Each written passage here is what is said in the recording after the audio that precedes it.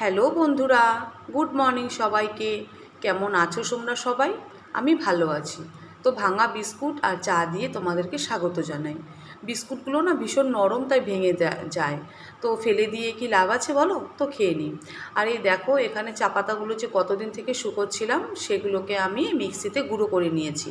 তো এগুলো চানের আগে আমি কিন্তু গাছে দিয়ে দেবো। যাই হোক, চলো এখন চাটা খেয়ে নিই। আর চা খেয়ে আমি সোজা চলে এসেছি রান্নাঘরে।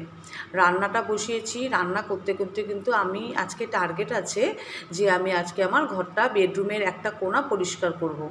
তো আমি কি বলো তো বন্ধুরা, আমি কিন্তু রোজ পুরো ঘরটাকে পরিষ্কার করতে পারি না। তো এই যে গরম লাগছিল জন্য ফ্যানটা চালিয়েছিলাম, তারপরে দেখছি না ধুলোগুলো উড়ছে। আর দেখো কত ধুলো, মানে পেছনে ঝুল জমে যায় প্রচণ্ড।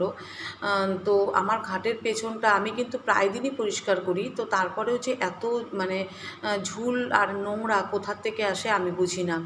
তো যাই হোক, ঝুলগুলোকে আমি এখন ঝুলঝানি দিয়ে পরিষ্কার করে নিচ্ছি। তার সঙ্গে কিন্তু আমি একটু দেয়ালটাকেও পরিষ্কার করে নেব। তো এভাবে আমি মাঝে মাঝেই পরিষ্কার করি, মানে 7 দিন 10 দিন পর পর পরিষ্কার করিনি।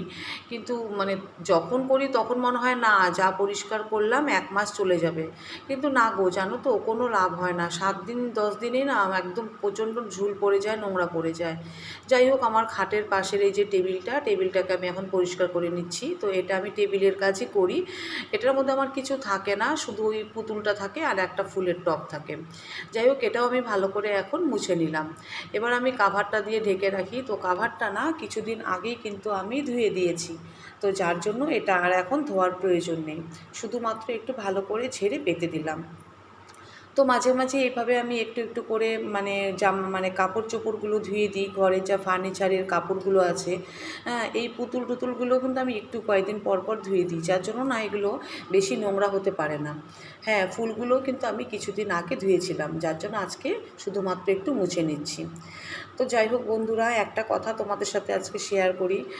তো কেন আমি কোচবাড়ি এসেছিলাম আর কিসের জন্য আমার মানে এমন অবস্থা হলো।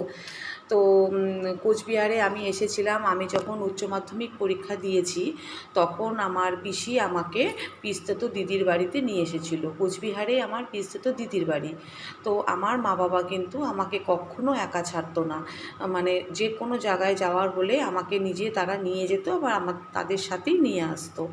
তো পিসি উচ্চ মাধ্যমিকের পরে এসেছিল আমাদের বাড়িতে আর বলল যে মনাকে দে নিয়ে যাই, মানে আমার দিদির বাড়িতে নিয়ে যাবে আর কি। তো বাবা অনিচ্ছা সত্ত্বেও, আমি যেহেতু জোর করেছিলাম, তো নিয়ে এসেছিল।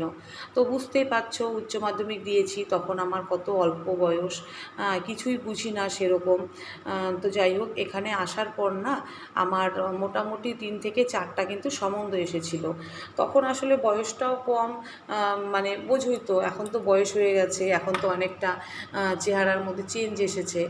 তখন বয়সটাও কম ছিল, তখন 3 থেকে 4টা না সম্বন্ধ এসেছিল। তো এখান থেকে সম্বন্ধ যাওয়ার পরে তো তখন তো সেরকম কোনো ফোন ছিল না, ল্যান্ড ফোন। তো আমার বাবার বাড়ির পাশে এক দাদার বাড়ি আছে, তো সেখানে আমার এখান থেকে যে পিসতেতো দিদির হাজবেন্ড, সে ফোন করে আমার বাবাকে জানায় যে আমার বাবা তো তার মামা শ্বশুর হয়, যে মামা এরকম, আমার নাম তো ডাকনাম ডল, যে ডলের এরকম 3টে সম্বন্ধ এসেছে, তো কি করব।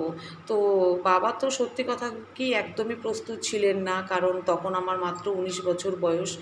আর এই দেখো, এটা টুলটার নিচে এত ঝুল জমে গেছে, মানে আমি অবাক হয়ে গেছি যে প্রায় দিনই পরিষ্কার করি, এই ঝুলটা মানে কোথার থেকে আসে। তবে টুলের এই ভেতরটা কিন্তু আমি প্রায় হয়ে গেল 1-1.5 মাস পরিষ্কার করি না। তো আজকে আমি মানে টুলটা দেখে, ভেতরটা দেখে আমি অবাক হয়ে গেছি যে কী বীভৎস অবস্থা। তো যাই হোক, পরের গল্প করি। আর এই খাটটা আমার বাবার দেওয়া, বাবাকে আমি বাবু বলি। তো ভীষণ ভালোবেসে যত্ন করে আমাকে সব ফার্নিচারগুলো দিয়েছিল। এই মুহূর্তে হলে হয়তো আমার বাবু পারতো না, তখন একটু সামর্থ্য ছিল তাই দিয়েছে। হ্যাঁ, যাই হোক, তো আর খাটটা কিন্তু আমি কিন্তু 1 বছর আগে বার্নিশ করেছি, যার জন্য এত চকচক করছে। তো যাই হোক, আমার গল্পে চলে আসি আবার। তো তখন এখান থেকে যখন আমার জামাইবাবু বললেন যে এরকম সম্বন্ধ এসেছে, বাবু বলেছে না আমি এখন দিব না। তারপর এখন সম্বন্ধগুলো বারবারই এখান থেকে বলছে যে মেয়েটাকে একটু দেখতে চাই, আরেকবার দেখতে চাই। তো যার জন্য তারপরে ওরা আমাকে দেখাতে বাধ্য হয়েছিল। তো এই দেখো আজকে কিন্তু বাজার আনেনি সেরকম কিছু। আমি বলে দিয়েছি যে আমার মেয়ে বাড়িতে নেই, তুমি চিকেন বা মাছ টাছ কিছু আনবে না, শুধু ডিম আর আলু পেঁয়াজ আর ফুল আর ফল ঠাকুরের, তো এইটুকুই আজকে আনা হয়েছে।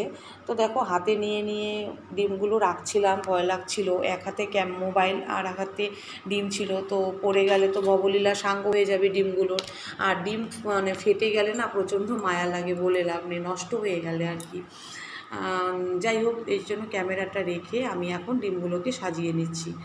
আর এই যে দেখো আলু এনেছে আর পেঁয়াজ এনেছে, তো ফ্রিজ ভর্তি না অনেক সবজি। তো সেই জন্য ভাবলাম যে না আগে সবজিগুলো শেষ করি।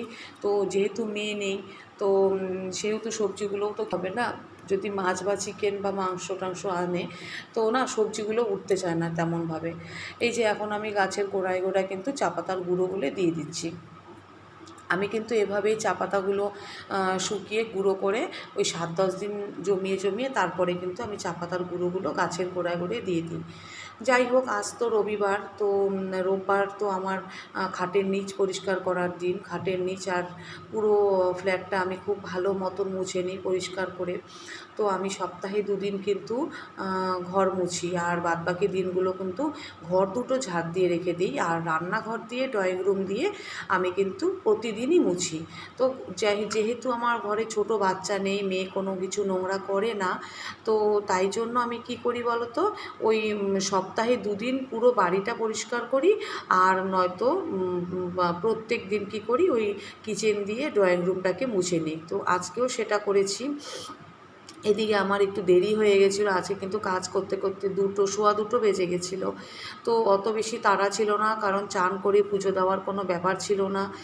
আজকে তো হাজবেন্ডই পুজো দিয়েছে, তো ওই জন্য আমি মনের সুখে আজকে কাজ করেছি। আর আজকে জানো আমার কাজ করার না পুরো এনার্জিটা বেড়ে গিয়েছিলো।